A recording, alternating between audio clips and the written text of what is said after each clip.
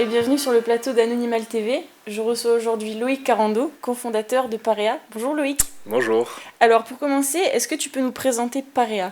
Alors Paria Productions, c'est une association loi 1901, donc on est producteur d'événements, donc principalement en zone rurale de la région sud, dans des lieux atypiques et patrimoniaux. Et notre but, c'est de faire des événements de musique électronique et de mettre en relation musique, patrimoine et de rendre des événements accessibles à tous et à toutes, en favorisant les circuits courts artistiques locaux et aussi avec un impact environnemental positif. Et est-ce que tu peux nous parler un peu de ton parcours en tant qu'étudiant entrepreneur? Alors, je sors du master management et droit des organisations et manifestations culturelles, donc de l'IMPGT, l'Institut de management public et de gouvernance territoriale d'Aix-Marseille Université. Donc ce projet qu'on a entrepris à 4 pendant notre deuxième année de master avec Pépite Provence. Donc en fait on a été incubé chez Pépite Provence PACA et en même temps à l'AMI. Donc l'AMI, c'est l'aide aux musiques innovatrices qui est implantée à la Friche Belle de Mai à Marseille. Donc ça nous a permis en fait de remplacer notre alternance de Master 2, parce que c'est un master qui est en alternance, par la création de notre projet.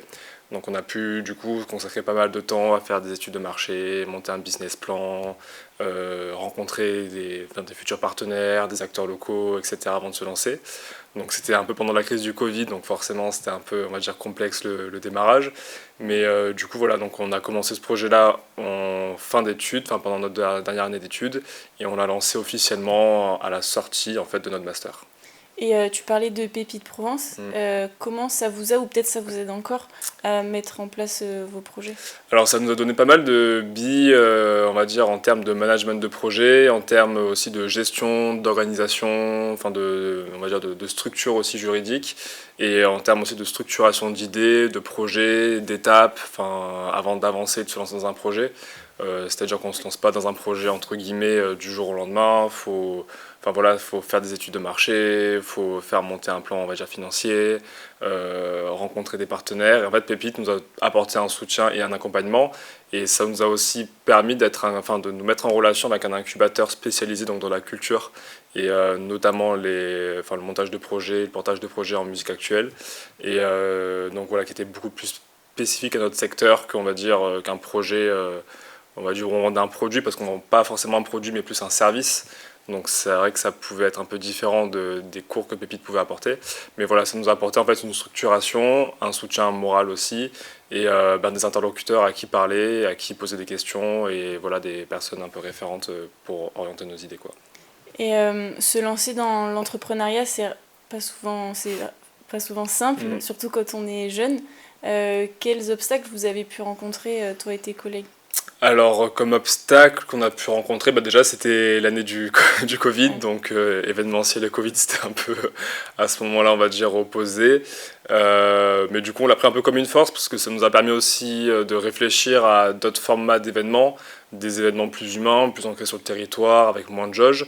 Du coup, je pense principalement le fait de devoir aussi s'accrocher, dans le sens où quand on monte un projet, on se prend forcément des portes. Fermé, on a forcément des murs, des fois en face de nous, donc ça peut nous sembler insurmontable, alors que si c'est pas ce chemin-là, c'est un autre. Après le temps, parce que le temps passe extrêmement vite, donc nous à côté de notre projet, on travaillait, on avait des travails à mi-temps, donc en l'occurrence quand on a monté le projet, on devait concilier le master, le travail à mi-temps, monter notre projet. Enfin, on devait écrire un mémoire en même temps, donc ça faisait pas mal de choses, donc savoir bien gérer son temps. Et après, je pense l'argent. Comme tout le monde, quand tu démarres un projet, ça peut être un peu compliqué financièrement. Donc après, voilà, faut savoir où tu veux aller, pas lâcher. Et voilà, quoi, c'est vrai que il y a pas mal d'obstacles, mais au final, qui sont pas insurmontables si tu y crois. C'est très bien. Et du coup, pour conclure, ça fait lien. Quel conseil tu pourrais donner à un jeune qui voudrait se lancer dans l'entrepreneuriat comme tu l'as fait? Déjà, se mettre en contact et en réseau avec des personnes qui ont monté des projets à peu près similaires ou qui sont dans le même secteur d'activité, pour ne serait-ce qu'avoir un peu un retour d'expérience et rencontrer un peu les problématiques concrètes de ton secteur.